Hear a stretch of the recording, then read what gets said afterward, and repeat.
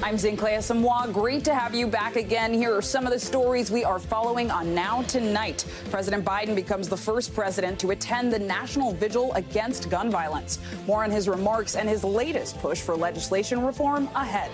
High-stakes Supreme Court case. The justices weigh the possibility of an independent state legislature theory. We'll explain what that means. More documents found. NBC News confirms that Trump's attorneys have discovered classified documents in a Florida storage unit. What this means for the investigation into the former president.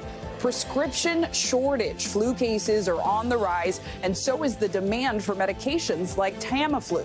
More on what to do if the prescription you need is in short supply. And he's the man. We've got details on how Volodymyr Zelenskyy was selected as Time's Person of the Year.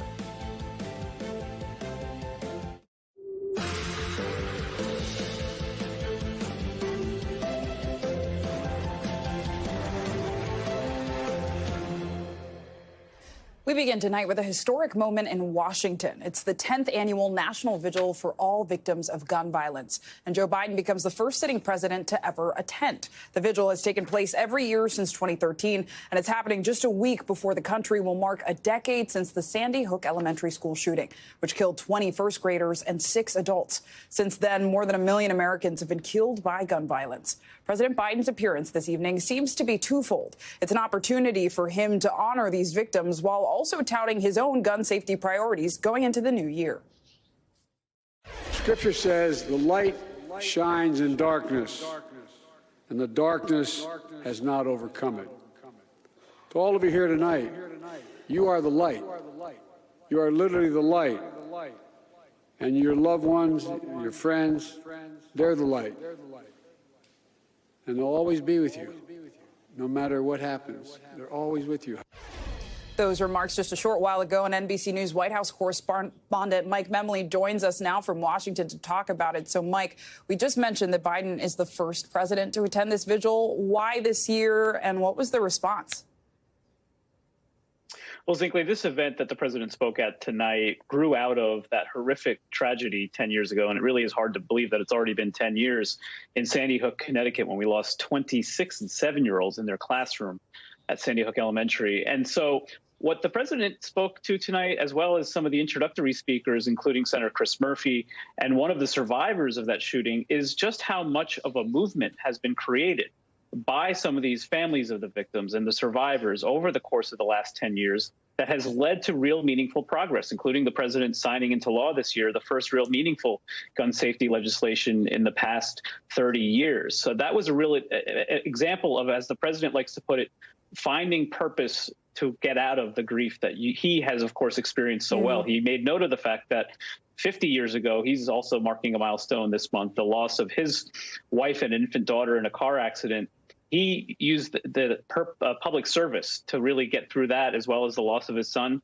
And there was really poignant moments when he reflected on his memories as vice president 10 years ago, meeting with the victims, their families, and talking through this moment and how some of those same victims' families consoled him years later when he lost his eldest son, Beau. I mean, really powerful, and he's no stranger to grief. And I know, as you mentioned, President Biden signed the bipartisan Safer Communities Act into law back in June. Has the president signaled eagerness to do more on this, especially given what you're talking about, a track record of these issues and these tragedies happening? Yeah, it was really striking when the president signed that piece of legislation into law. He immediately said he wants to do more. He wants to once again ban assault weapons. And as I was covering President Biden when he was out on the midterm road campaigning, he talked about that as a priority in the next Congress. Now, we see the Democrats picked up a Senate seat. They now have 51 votes in the Senate. There is some belief that perhaps they can at least maybe lead to some filibuster reform that would enable them to pass legislation with just 50 votes, the majority they have now in the Senate. But we also know what happened in November, which is that Republicans took control of the House of Representatives. It is extremely unlikely, even if the Senate were to pass meaningful gun legislation, that the House would even bring it to the floor for a vote, given the fact that the NRA has still such a strong influence in the Republican Party. But as one of the survivors of Newtown said tonight, there's an entire generation now of young people who have lived in the past 10 years with these duck and cover drills, these experience of going through school with the fear of whether there might be a gun shooting in your classroom. And those now, that generation is now old enough to vote. And there's now an increasingly vocal movement out there to try to pressure lawmakers to do more. And that's something that tonight was really dedicated to finding more motivation to move forward on. Yeah, that's a powerful point, right? This is the generation saying enough is enough. So we'll see what they have to say once they vote. NBC News White House correspondent Mike Memoli, thank you so much. And today, the Supreme Court heard arguments in a case that could have serious implications for American democracy. The case is Moore versus Harper, and it focuses on North Carolina Republicans' efforts to draw congressional districts in the state, which could increase the authority that state legislatures have over voting issues. It could also open the door to election subversion. NBC senior White House correspondent Kelly O'Donnell has more on what the justices had to say. Hey, Kelly.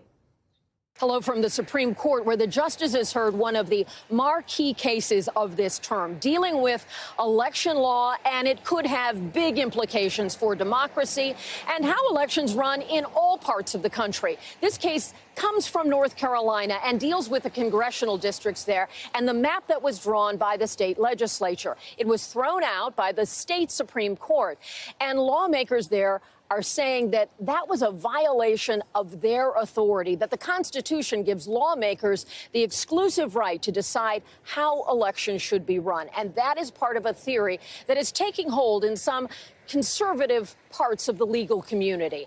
And that is what they wanted to bring to this now supermajority conservative court.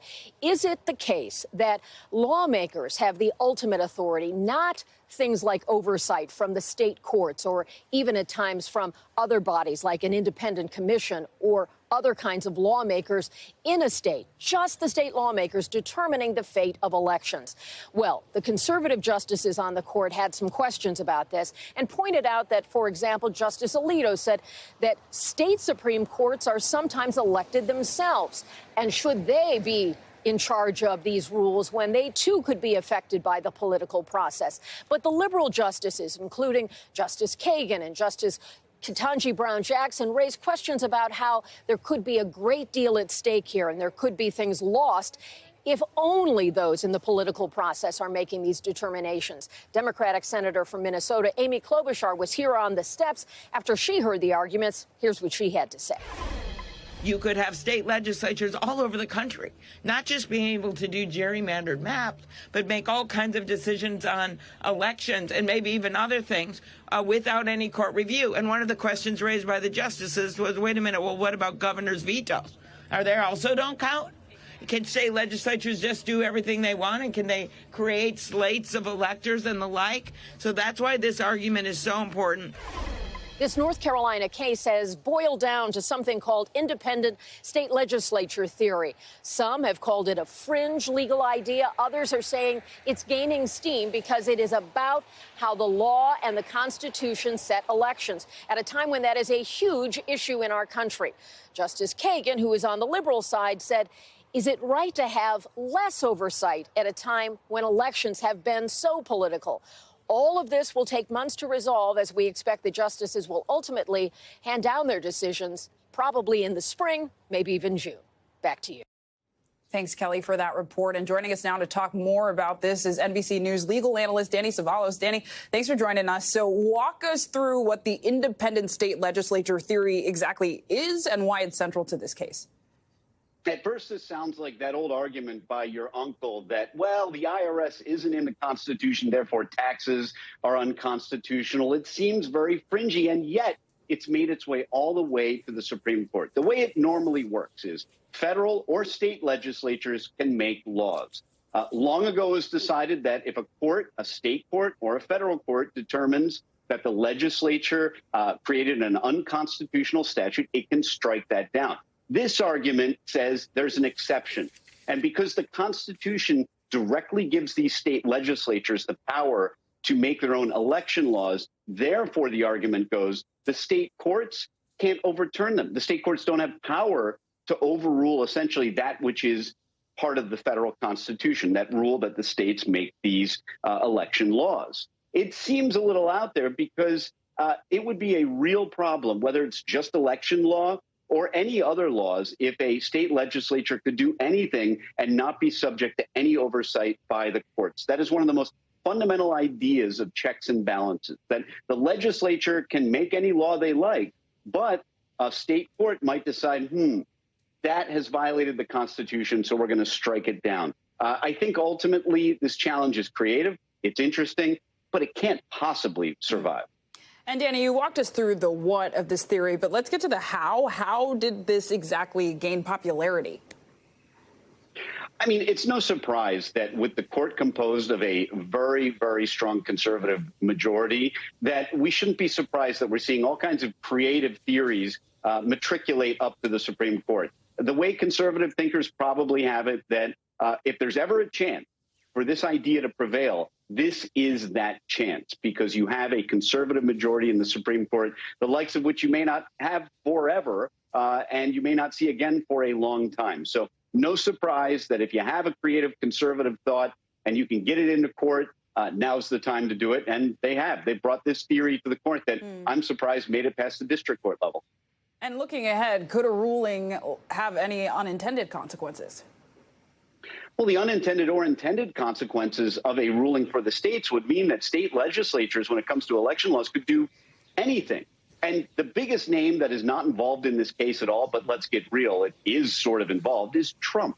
That is what this case is about. As much litigation as Trump is involved in, here's a case that has a lot to do with Trump without mentioning his name once. And it's the idea that state legislatures should not be able to override state elections just by fiat because they feel like they can. It's a very scary thing if state courts cannot strike down a state legislature's action in an election that the state court deems unconstitutional.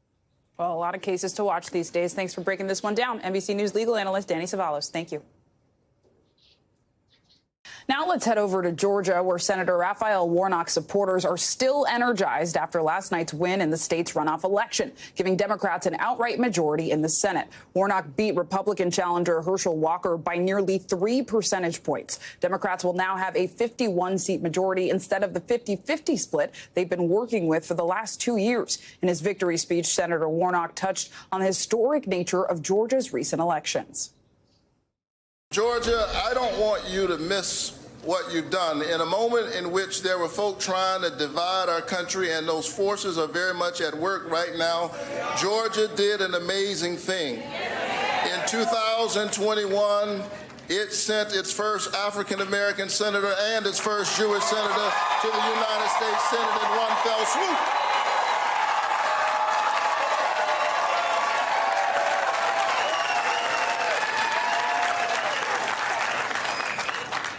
You have done it again. Thank you, Georgia.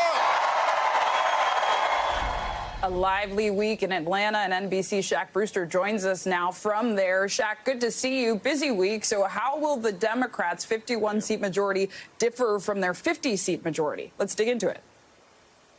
Well, Zelenskyy, this is a huge deal for Democrats. We saw Chuck Schumer greet Raphael Warnock as he returned to Washington, returned to the Senate, and Chuck Schumer, the majority leader, met him at the steps of the Capitol, and you saw him appear to be even more excited than Senator Warnock, the fact that Democrats have this outright majority in the Senate.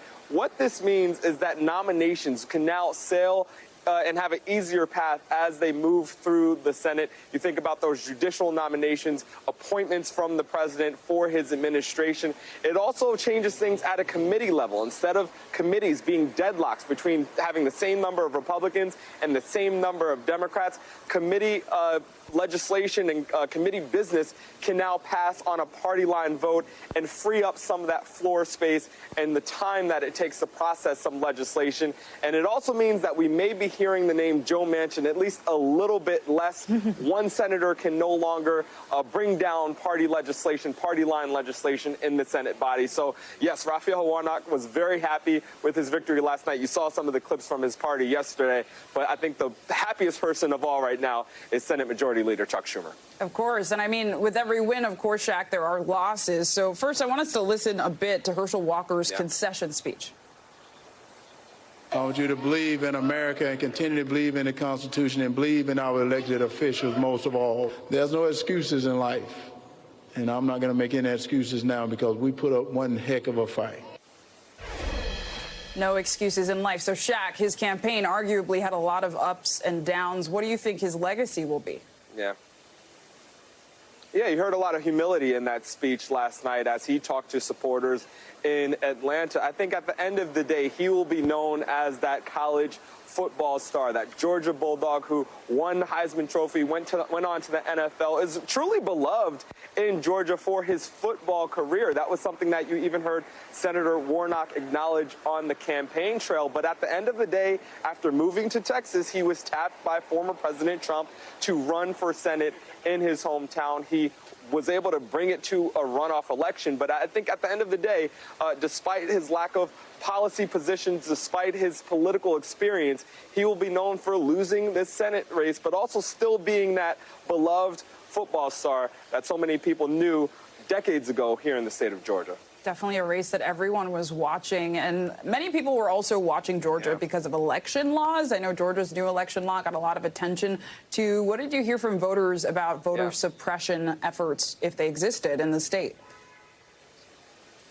Yeah, this will be an ongoing debate here in the state of Georgia. We heard Senator Warnock during his speech last night. He said that his victory is not proof that there isn't voter suppression in the state of Georgia. He said it shows that voters wanted their voices to be heard, so they overcame that suppression. But then this morning, we heard from the Secretary of State, who said, no, you see the record turnout in this state. You saw millions of people coming to vote early and also on Election Day at record numbers. That's a sign that there isn't suppression there. As I talked to voters earlier today, there was mixed reactions there. Some of them said, no, I don't have a problem with showing an ID. Others kind of struck that tone that you heard from Senator Warnock, saying that there were more obstacles this time around. Fewer drop boxes, that runoff period dropped and cut off in half, that there were provisions changed to make it more difficult for Election Day voters, prohibitions on people getting water if they were standing in line, those sort of things. So that is a debate that we are going to continue to hear, by the way, not just here in the state of Georgia, but across the country, as you see more and more pieces of legislation looking to reform or change voting laws in state by state. Absolutely, and still impressive seeing the turnout, even amid some of those challenges. Shaq Brewster, thank you so much. For sure. And in North Carolina, nearly all the lights are back on following an attack this week that damaged 2 electric substations there. But as crews restore power, a community is left with the lasting impacts and plenty of unanswered questions. NBC News correspondent Antonia Hilton is in Carthage, North Carolina, with more.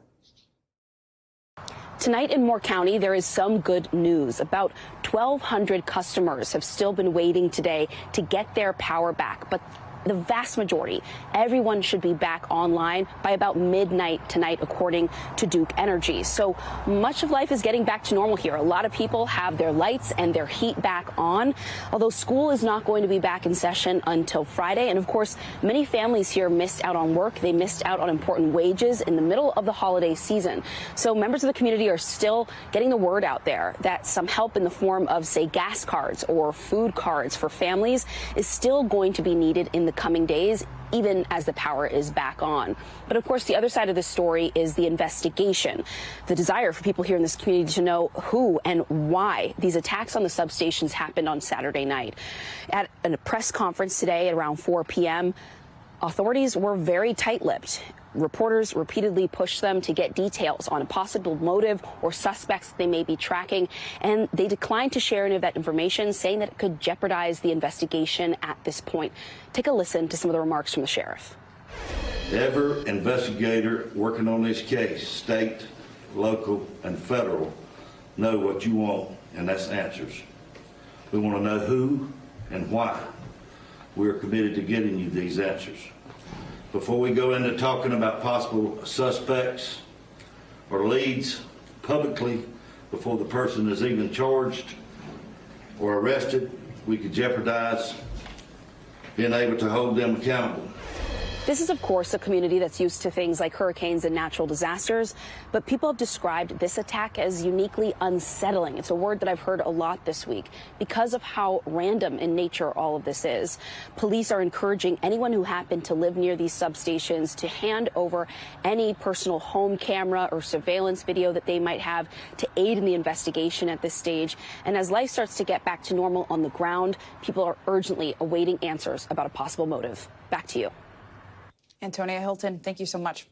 And after 54 years, Dr. Anthony Fauci is stepping away from the National Institute of Allergy and Infectious Diseases. He sat down with our very own Lester Holt to talk about his greatest successes and disappointments. But before the break, many know Dr. Fauci is the face of the nation during the pandemic, but his expertise stretches way beyond that. Here he is back in 1984, shortly after AIDS was discovered.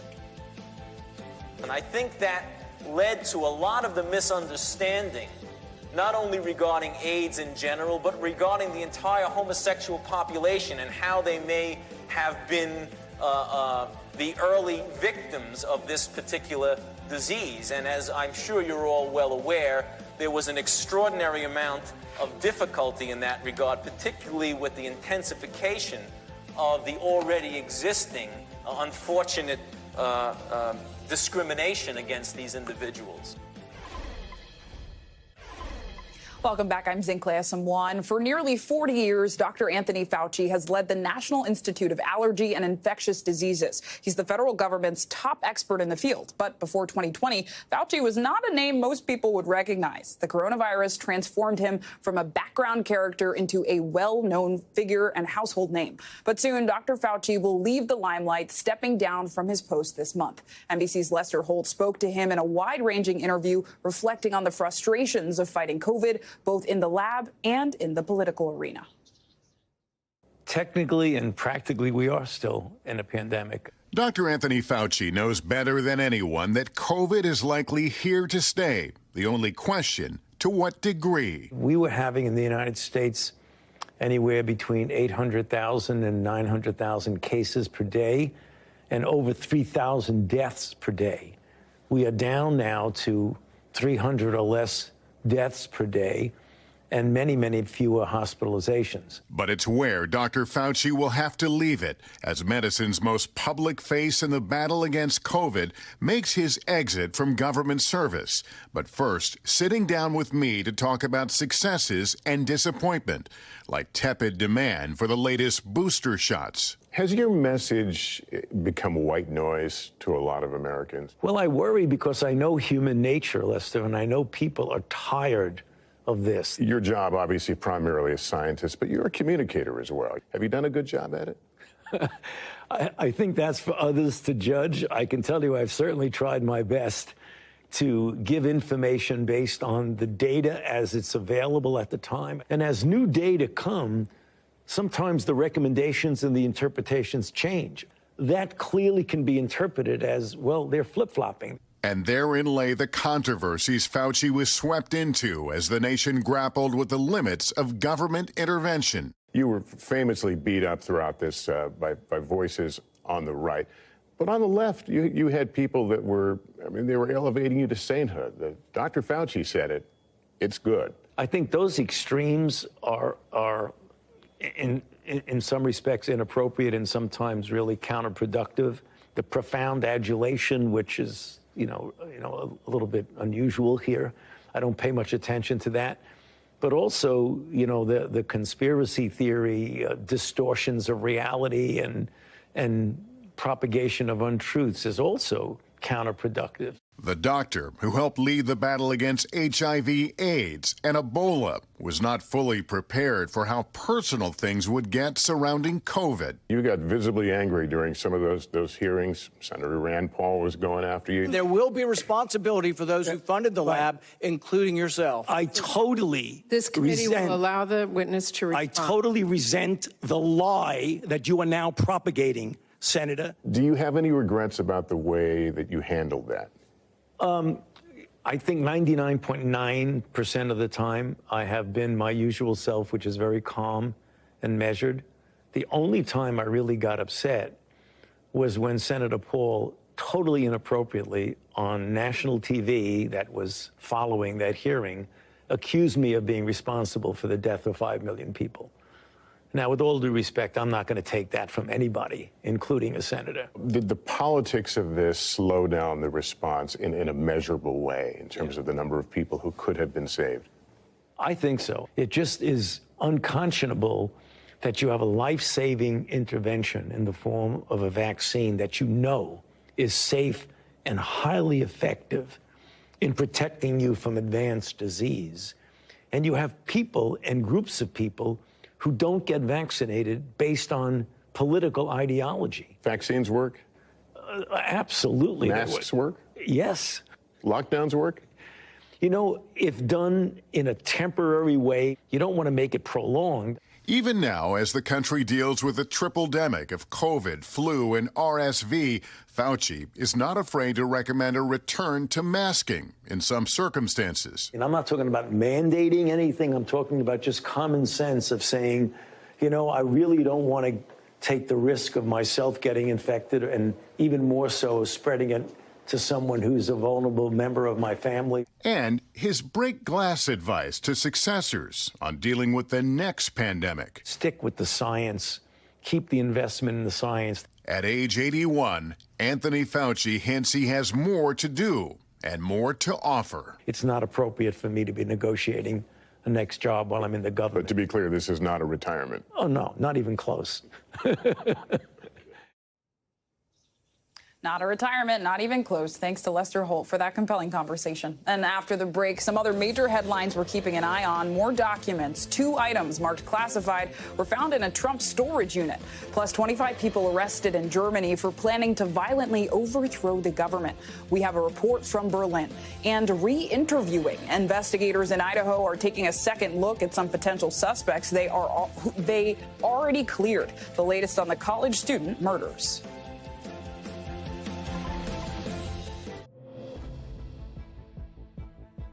Time now for some of the headlines we're watching on Now Tonight. The House January 6th committee plans to issue criminal referrals as part of its final report. Possible referrals could involve former President Donald Trump and those who ignored the panel's subpoenas.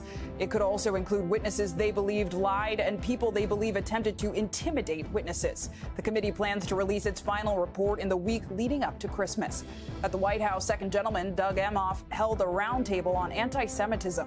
The vice president's husband was joined today by a dozen leaders in the Jewish community. He called the rise of anti-Semitism across the U.S. as, quote, an epidemic of hate. Ramesh Bhawani, the former president and chief operating officer of Theranos, was sentenced today to nearly 13 years in prison. He also received 3 years of probation for his role in the blood test company's years of fraud. His former boss and girlfriend, Elizabeth Holmes, received a jail sentence of over 11 years. Prison incompetence led to the 2018 death of Boston mob boss Whitey Bulger. That's according to a new Justice Department watchdog report. Bulger was killed in prison 12 hours after his transfer. Though malicious intent was not established, the report found a cascade of shocking failures led up to his death. And scientists have found the oldest known DNA. It's 2 million years old. It was found in the northern tip of Greenland and reveals what life was like back then. Though today it's a barren Arctic desert, it used to be a lush landscape full of trees, vegetation, and animals. And back here in the U.S., an interesting plot twist in the Mar-a-Lago classified documents saga today. 2 documents with classified markings found at a Florida storage facility in West Palm Beach, not far from Mar-a-Lago. That's according to 2 people familiar with the documents. The search was being carried out by an outside firm hired by former President Trump's attorneys. The 2 documents have since been turned over to the FBI. NBC Justice and Intelligence correspondent Ken Delanian joins me now. Ken, it's good to see you. So what do we know about the nature of these documents so far, and is the FBI saying anything? They are not, Zinkley. Great to be with you. The FBI hasn't said what level of classification markings were on these 2 documents, but as a matter of the criminal statutes, it doesn't matter. They were classified and they were in a place they should not have been. And while it's just 2 documents, it's important to remember that people have gone to prison for just 1 or 2 documents. We're kind of numb to the fact that Donald Trump brought home hundreds of classified documents to Mar-a-Lago. The FBI has seized them. But what this shows is that the Trump team, it underscores that the Trump team failed to comply with a grand jury subpoena asking for all the documents marked classified, Zinkley. And I want to break this down, Ken, because these documents were discovered by an outside firm conducting the search at the request of Trump attorneys. So talk to us a bit about this search and what Trump attorneys exactly were looking for. Yeah, it sounds curious, right? But what this is the Trump team trying to demonstrate good faith to the Justice Department, trying to show that they are making an effort to find any and all classified documents remaining. Because, after all, the Justice Department has said in court records that it suspects that there were other classified documents at other Trump properties. And the last thing the Trump lawyers want is another FBI search. And so they're trying to demonstrate that they are doing everything they can to look for these documents. They found two. They turned them over. We'll have to see where this leads. But it just shows, well, for one thing, it shows that this investigation is ongoing. And another open question here is whether the DOJ can trust the Trump team's representation, because after all, they said before that they had gotten all the classified documents. Then the FBI searched Mar-a-Lago and found hundreds of them, Zinkley. And to that end, the Mar-a-Lago search somehow was 4 months ago. So bring us up to speed on everything that has transpired since then and where this exactly fits in.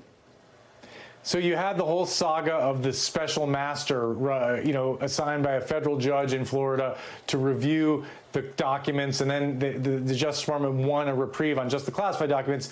The other day, the appeals court knocked that whole thing out. So the Justice Department has all the documents seized at Mar-a-Lago, some 900 documents, including 300 classified documents. They now have these other two documents. They say they have some evidence of obstruction of justice. What legal experts say is, in terms of the classified documents case, any other person would have been charged by now. It's a very clear-cut case. Donald Trump and the people around him brought classified documents to Mar-a-Lago. They shouldn't have been there. That seems to violate some criminal statutes.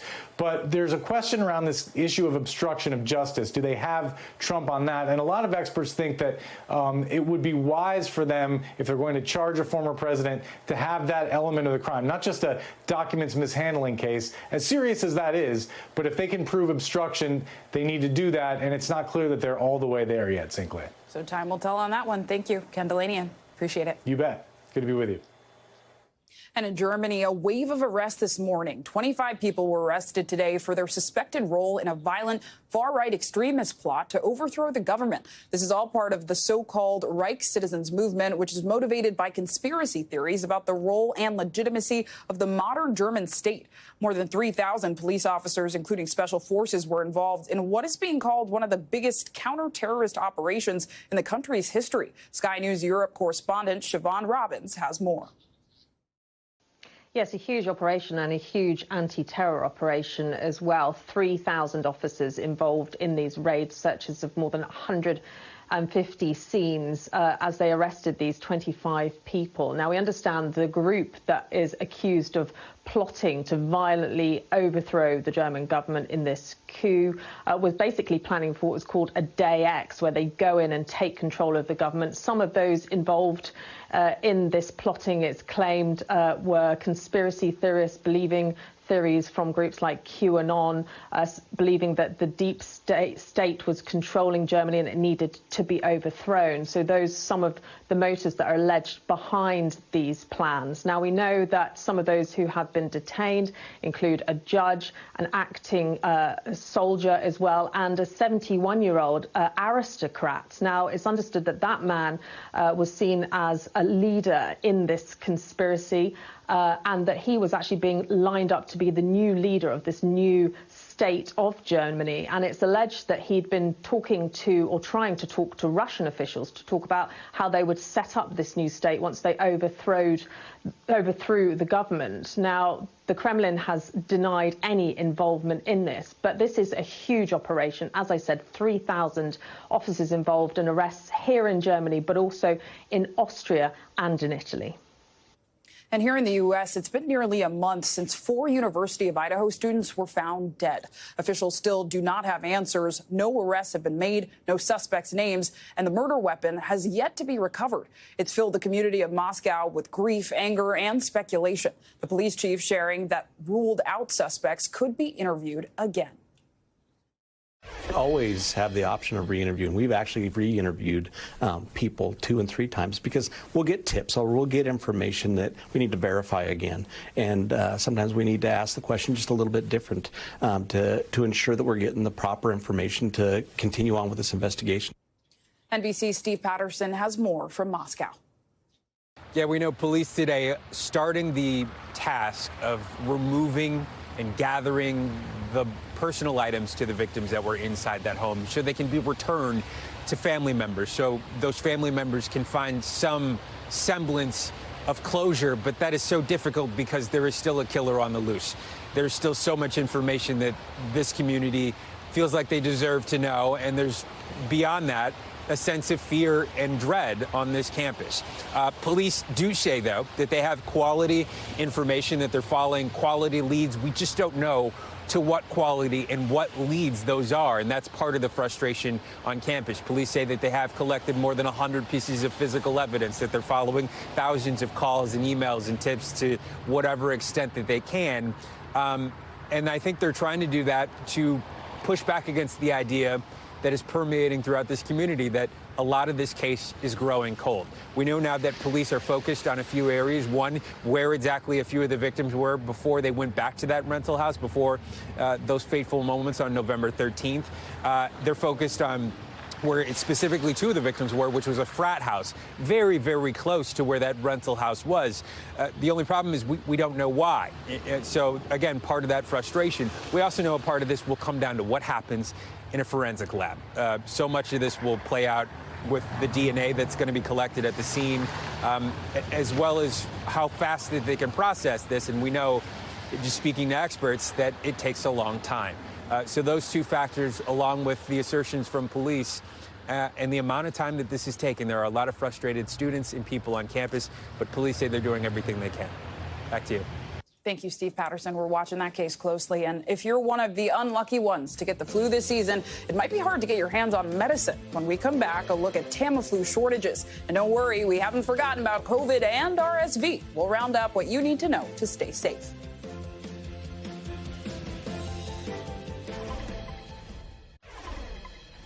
The U.S. continues to suffer from a hard bout of the flu, the worst outbreak the country has seen in at least a decade, and many pharmacies are having trouble keeping up. According to the CDC, more than 40 states reported high or very high flu activity over the last week. And those rising cases seem to have resulted in a strained supply of some medications used to fight it, specifically the prescription drug Tamiflu. You might have seen reports that there are Tamiflu shortages in parts of the country. Pharmacies are having trouble in cities like Chicago to keep shelves stocked. On Monday, the FDA said there is currently no nationwide Tamiflu shortage. No nationwide shortage. But it does acknowledge that, quote, we are aware there may be localized shortages where demand is especially high. NBC News medical contributor Dr. Kavita Patel joins us now to talk about this. She served with the Obama administration during the H1N1 flu epidemic and always keeps us informed and healthy. It's good to see you, Dr. Patel. So first, just tell us what Tamiflu is and what exactly it's used for.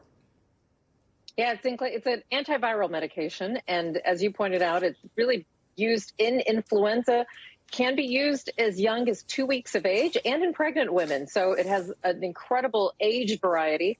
It is used to literally try to kind of block the reproduction of the influenza virus in the body and hopefully decrease any sort of illness and shorten hospital stays. So we use it early on in hospitalizations to try to kind of minimize how long someone's in the hospital. It's not a miracle drug, but it is the only thing we have. We have several antiviral medications. They're all in short supply in regions around the country, especially when we have a 10-year high in hospitalizations from flu alone. Absolutely. And I mean, what should someone do if they think they have the flu but cannot easily access Tamiflu? Because I think that's the big concern today. Yeah, so a couple of just some good news here. I know it's frustrating. My own patients who can't get Tamiflu have a prescription in hand and can't get it because of pharmacy shortages. I think number one, remember there are other supportive medications, not necessarily an antiviral, but there are other things that you can take to try to decrease the effect of the flu on your body. And that includes rest and some of the anti-fever medications. That's helpful to remember. Number two, we are trying to prioritize people who are at a higher risk of getting into the hospital. So be persistent. If your local pharmacy doesn't have it, go online and try to see. Even online pharmacies are trying to see if they can source it from other parts of the country. So be resourceful. Get a family or a friend to help you in that, because if you got the flu, you're tired, you're sick. but there are some solutions. It is helpful to take it as early as you get the diagnosis, though, so time can be of the essence. Absolutely. But when in doubt, rest and other medications can be helpful. Yeah, rest early, addressing the issues, and community care is always key when you're sick. Yeah. And we're talking to you both because you're a doctor, but you also worked in the White House during the H1N1 outbreak. So what are we seeing now compared to then in terms of White House response, but also health outcomes in the country? Yeah, I have to tell you, when I was in the White House in 2009 and the World Health Organization declared H1N1 or swine flu a pandemic, we shuddered at those words because we had seen early deaths and early illnesses and hospitalizations in young people. And that was really something that really kind of brought all of us to say, look, we need vaccines, we need antiviral treatments. We stockpiled Tamiflu and some of these other antivirals. We also made sure that the development of a vaccine was prioritized for populations. Sounds pretty familiar, like COVID, doesn't it? What was different between that pandemic, this pandemic, and even this flu season is that we actually have a vaccine that's widely available that we just don't have people taking. It is pretty darn good. Nothing's 100%, but it's believed to be about 50% effective, which is incredible. So compared to what I had to deal with, where we had shortages, not even enough vaccine, if vaccine at all, and making decisions on a global level, we have something that we could solve. And as the CDC director reminds us, masking can be a very basic tool, and washing hands, it is back to basics. Absolutely. Those basics can go a long way. Dr. Kavita Patel, thank you. Right. Thank you. And a groundbreaking treatment is showing some promise for fighting skin cancer. Doctors are growing armies of immune cells to fight melanoma, customizing treatments to each patient using their own T cells. NBC News correspondent Stephanie Gosk explains. The leading cause of melanoma beats down on us every day. In the last 30 years, cases of this deadly form of skin cancer have been on the rise. But Bruce Hawley is living proof that a new treatment could dramatically improve prognosis. This stuff works. Guess what? A lot of people are going to be able to benefit from it. Hawley was diagnosed with metastatic melanoma. A mole on his foot turned into tumors throughout his body. Treatment wasn't working until doctors tried a new therapy called TIL, tumor-infiltrating lymphocytes. Over the course of 3 months, it diminished 70%. TIL therapy relies on a patient's own immune cells, harvesting them from a tumor, growing the cells from millions to billions, and then transplanting them back to go after the cancer. Those immune cells can recognize the cancer and secrete proteins that poke holes in the cancer, causing them to explode in a process called apoptosis. A study out today followed 168 patients with metastatic melanoma. For those who received TIL, the risk of their cancer progressing was 50% less compared to those who got a different immune therapy. 20% of TIL recipients saw their tumors disappear entirely, compared to 7% in the other group. FDA approval for TIL therapy could come next year. Researchers at the Moffitt Cancer Center believe that could be just the beginning. TIL therapy will be a game changer for many kinds of cancers. It's already been a game changer for Hawley. Life's exciting, and God's given me the opportunity to do it again. Stephanie Gosk, NBC News. Now, let's take a look back. 81 years ago today, Japan launched a surprise attack on Pearl Harbor. From the archives tonight, one of the very first NBC News bulletins from that day. President Roosevelt said in a statement today that the Japanese have attacked the Pearl Harbor, Hawaii, from the air. I'll repeat that. President Roosevelt says that the Japanese have attacked Pearl Harbor in Hawaii from the air. This bulletin came to you from the NBC newsroom in New York.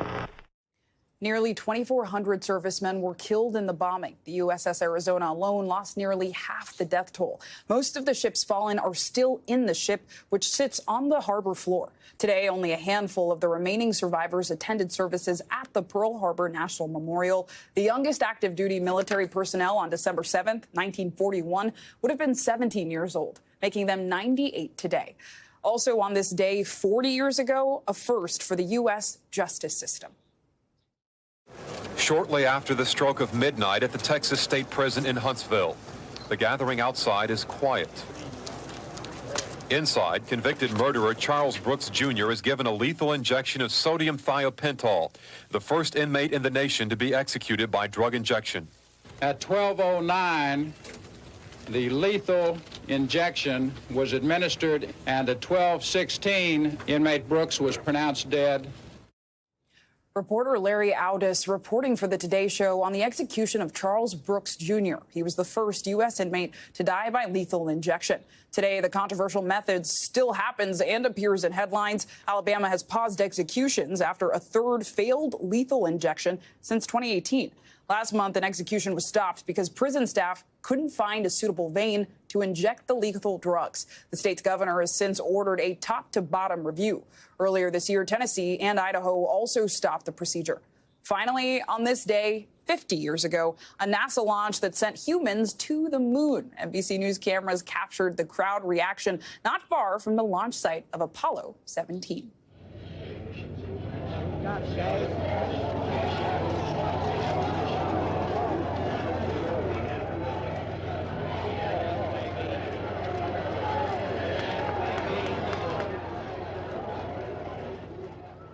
Incredible images there. Apollo 17 was the last and still most recent mission to put people on the moon. If all goes well, NASA expects to fly astronauts on a trip around the moon in 2024.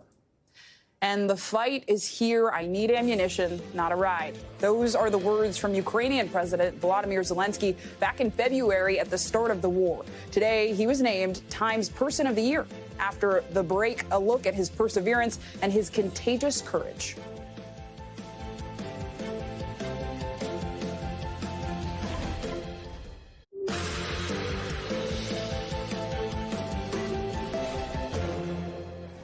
Ukrainians have been living with war for nearly a year now. Many have fled the fighting, while others chose to stay against all odds, including Ukraine's leader, a person whom at the time had no previous military experience.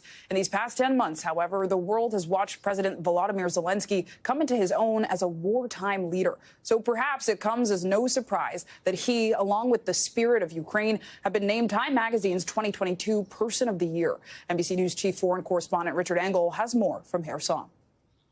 It's another accolade for Ukraine's President Volodymyr Zelenskyy. In Ukraine, he's been an inspiration since Russia invaded. Back then, U.S. intelligence encouraged Zelenskyy to escape.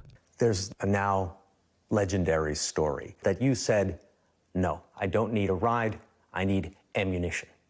Is it true? I think yes, but it happened, I think it happened many times. A lot of leaders called me by phone and told me that you have to go, you have to ride, you have to run. Zelenskyy was not especially popular before the invasion, and Ukrainians may vote him out of office when the war is over. But many Ukrainians believe President Zelenskyy is the man for the moment. I saw it in Kherson as Ukrainian forces liberated the city. Our president is a smart person, and he's a person who worked with people. But this is not a one-man show. Zelenskyy is not dragging a reluctant nation. Ukrainians are doing the fighting, backed by American and NATO weapons. Today, Ukraine faces a new test, fighting against the bitter cold as Russia systematically dismantles the power grid. Today, in warming shelters, Ukrainians call them invincibility centers. It's clear they're not breaking. They can take the light, they can take everything, but they cannot take our freedom. Ukrainians' biggest fear now isn't so much the Russians, but that the West will give up on them, despite the sacrifices they accept as the price for freedom. Richard Engel, NBC News, Kherson.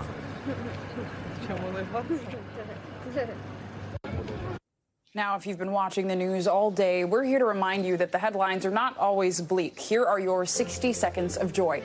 First up, a bear has made itself right at home in one woman's backyard in Connecticut, selecting this cavernous tree as the perfect spot for hibernation.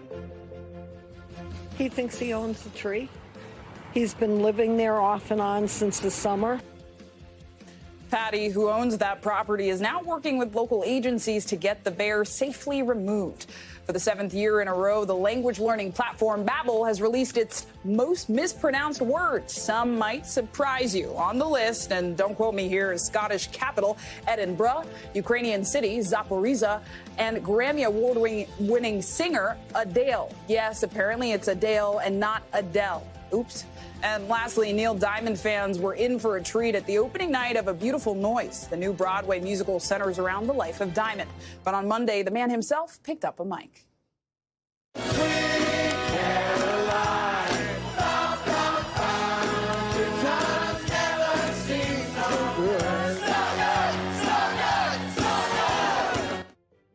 Sweet Caroline. Diamond has not performed live since 2018 after a Parkinson's diagnosis that forced him to retire from touring. We're all glad he's back. And that does it for us. Thank you for ending your day right. I'm Zinklea Samoa for NBC News Now. Tonight, the news continues right now.